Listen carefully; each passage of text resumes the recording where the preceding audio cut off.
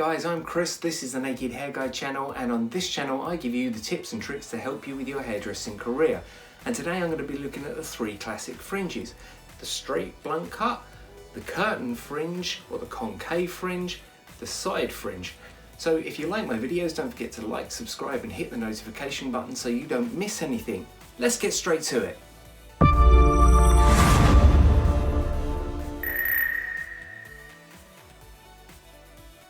So side fringe. A side fringe has great versatility. It can really make and break a haircut. But also as well, if somebody has been growing their fringe out, this may be part of that process as well. So whichever it is, you're going to want to start, like all the other times, in preparing the hair. So wherever the fringe is, you're going to want to damp that down and blow dry it in. And if this is a new fringe, you're going to need to explain to the client that this is something that they're going to have to do at least for a couple of weeks. If they do nothing else to their hair, that they're going to have to damp it down, a little bit of product, and just spend 5 minutes blow drying it in. The amount of times again that people have their fringes put in, they don't do any maintenance to it, and you see them out and about and it just looks a mess. So just spend 5 minutes when you're doing a fringe explaining to a client the maintenance behind looking after that fringe. And again, depending on your salon, I always offered free fringe trims, except on a Saturday because it was just way too busy.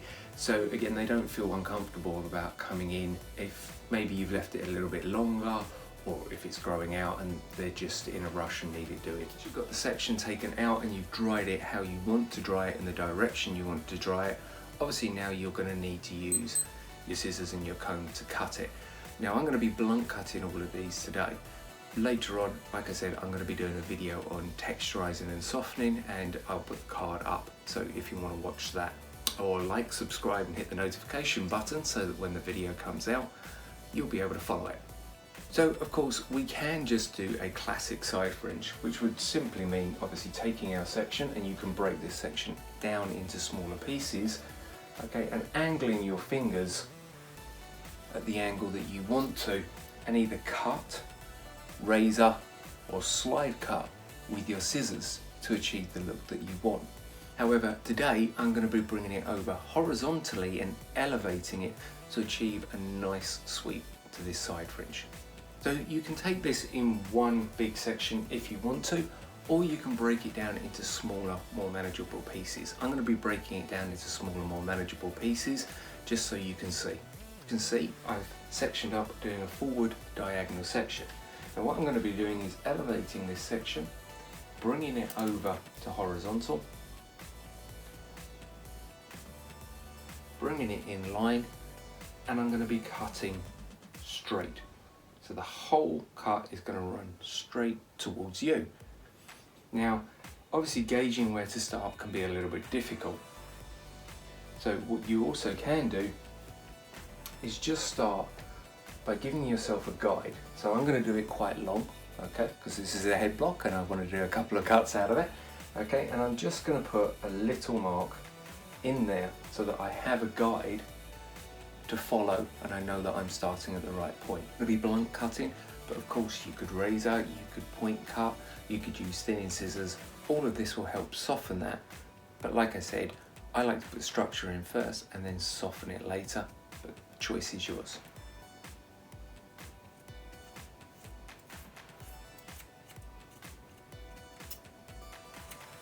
Okay, and then obviously we just let that section fall. And you can see we've already got the angle beginning to taper down. So now we're going to take another forward diagonal section, bring it back up, and just continue to cut that line.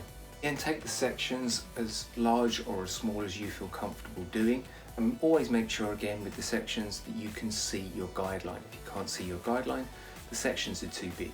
So we're going to elevate this to horizontal and again just follow and cut, pulling it into the opposite direction. And what this means is that we're creating the shape using our sectioning.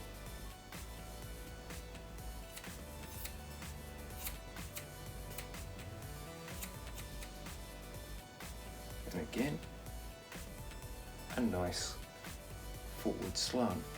So last section, forward diagonal, over directed to the opposite side that the fringe is going to be, and then simply cut following your previous guidelines. And now you can see we have a nice side fringe. Now obviously this is quite a blunt side fringe, and like I said, you can point cut this, you could cut it with thinning scissors, you could razor it, or once it's actually done and set, you can then go in and soften it and thin it and style it for the rest of the haircut. So if we take out the sections, you'll be able to see how it goes into the rest of the haircut. So at this point you might look at the fringe and decide that actually you need to add some more fringe to it, or it might not sit quite correctly with the haircut, and you may want to consider again just damping it down and re-blow drying it in again. So this isn't a quick process. This is something, you know, people pop in and they go, oh, can you just give us a quick fringe trim? That's fine if you know their hair and if you know that it's one length, but certainly if it's a new fringe, this is a process that can take 5 or 10 minutes to get it right. And it's, you know, it's right where a client can see it, and it has to be right, otherwise they're simply not going to be happy. I've just damped it back down, added a tiny bit of product to it, and used my paddle brush just to go one way and then the other, just again to get a nice natural flow to the hair. I'm not trying to pull the hair, I'm not trying to make the hair do what it doesn't want to do, because ultimately again when a client gets home and they blow dry this, they may spend that 5 minutes, but they're not going to do it as well as we can do it. So by using a paddle brush, it looks nice and simple. Most clients have got a paddle brush, and again they've just got to take that section out and they go one way and then the other way and then one way and then the other way, just to make sure that that fringe sits how we've cut it. Now obviously now I would go back in, it's laying right, so I can soften it, texture it, razor it, thin it. Now we're going to be looking at a concave or a curtain fringe. There's a number of ways you can style this. At the moment the curtain fringe has really sort of blown up on Instagram and on Facebook and on YouTube, and really that just comes down to putting a parting in the center and styling it so that the two sections sweep to the side. Or you can blow dry it straight down and you have more of a concave fringe. Now this is the one that I'm sure you've seen on Instagram, Facebook, loads of times being cut with varying degrees of result, some of them quite hysterical. But again, it comes down to sectioning up. A traditional fringe is from the corner of the eyebrows into a point. Now this may be the first time the client's having it. Again, I'm going to talk about preparation. I'm going to be cutting it dry. I don't like cutting fringes wet because they bounce up, they can move. So I'd section it up when it was wet, clip it out of the way, do my cut, dry it, then I'd dry the fringe in, again blow drying it, putting some products on it, getting it to sort of a natural as possible lie, and educating the client on what they're going to have to do with the fringe just for the first couple of weeks to get it to lay right. Our section, and we're going to be taking the whole section in one go. Now normally you can break sections down into smaller panels, however that doesn't work as well with this particular fringe, so you're really going to want to try and take it in one section. And like I said, this is the one that you've seen. It's called a twist fringe. You're going to be putting your fingers in, so I'm right-handed, so I'm going to be putting my left hand in and I'm going to be turning my fingers, then I'm going to be coming in, taking that, so we've done a full twist, okay, and we're going to be cutting along there. Now you can elevate this. If you elevate it, you're going to be causing some graduation. Put it lower, you're going to be causing less graduation. And if you really want to, if you can just tilt your fingers down a bit so that you get the graduation heavier on the top, it will help with the lie better. But you can use your scissors to do this, and you can blunt cut, you can point cut, you could even take a razor to that. However, for the demonstration purposes of this video, because I think you're going to be able to see the cut better, I'm actually going to come in with a pair of clippers and cut it.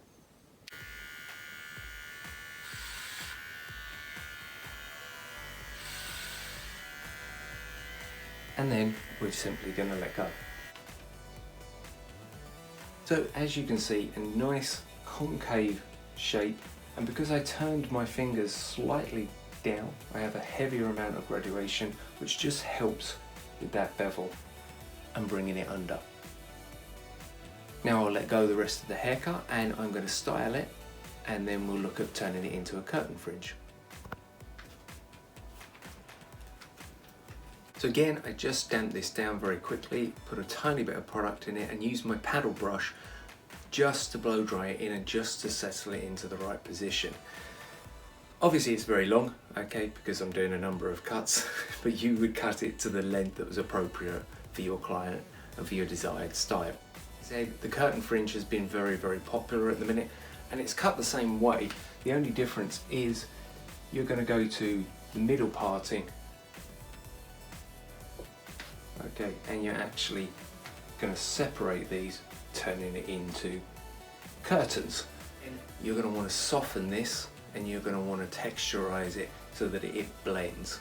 And in another video I go through that, which I'll link below. If you like the videos, why don't you like, subscribe and hit the notification button. One length fringe, this can be broken down into smaller, more manageable sections. So once again, we're going to section up corner of the eyebrow into a triangle. I'm doing this on dry hair so that it's blow dried into position, and so that I can actually see the jump and the lie of the hair when I'm cutting the fringe. And I'm going to be club cutting. You can point cut, you could use a razor, you could use your thinning scissors. It purely depends on how soft you want the line. I'm going to take out the middle section. I'm not going to cut using my fingers. I'm going to cut using the wide tooth of the comb as a guide. And I'm going to tap the hair into the wide tooth of the comb.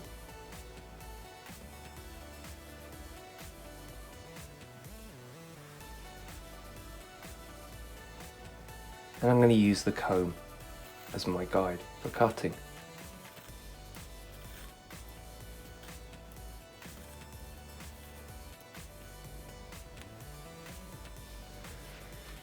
So the reason we're using the wide part of the comb is because obviously fringes can jump, especially when we're cutting on a head block, but the last thing you want to do is do this on a client.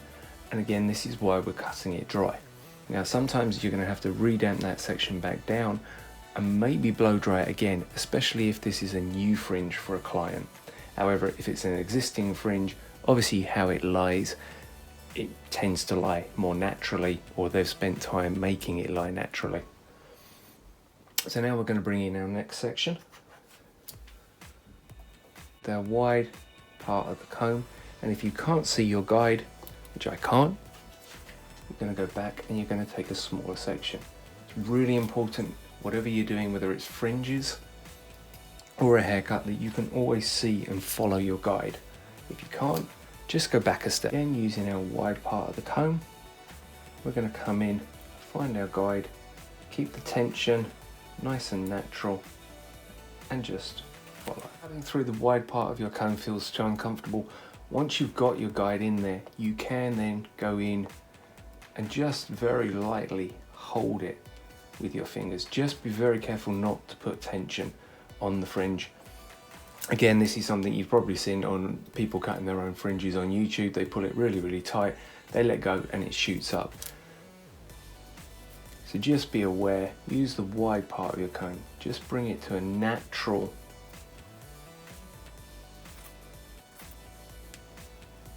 And again, if this was a new client having this fringe, I would already know that I am going to have to blow dry this in once I've done this last section and have another look. Damp that back down, and again just giving it a blow dry back in so that it sits in and I can have another look at it.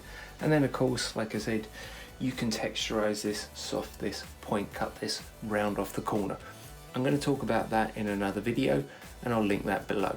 Please, if you like what you see, don't forget to like, subscribe and hit the notification.